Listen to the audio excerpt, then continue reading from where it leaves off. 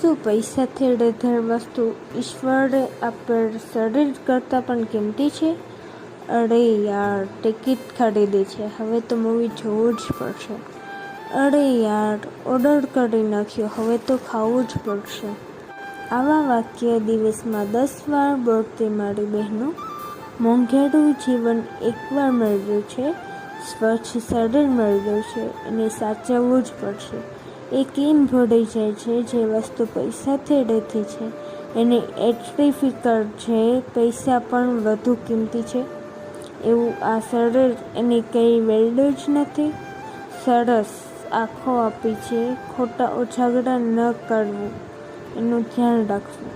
સરસ વાળ છે, એમાં ખોટા કેમિકલ ન નાખવા.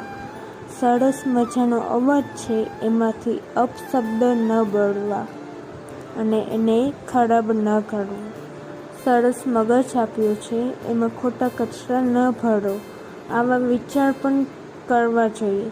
ભગવાને આટલું સરસ શરીર આપ્યું, એની કિંમત જ નથી. ભગવાને આપ્યું છે એને તો સાચવવું જ પડે ને. ઘણી બહેનો બીજી વસ્તુની કાળજી રાખે છે, પોતાની કાળજી લેવાનું ભૂલી જાય છે.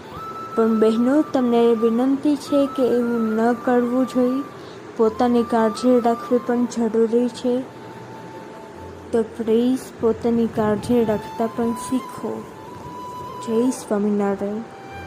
જો વિડીયો સારો લાગ્યો હોય તો લાઈક, શેર, સબસ્ક્રાઈબ કરવાનું ભૂલતા નહીં.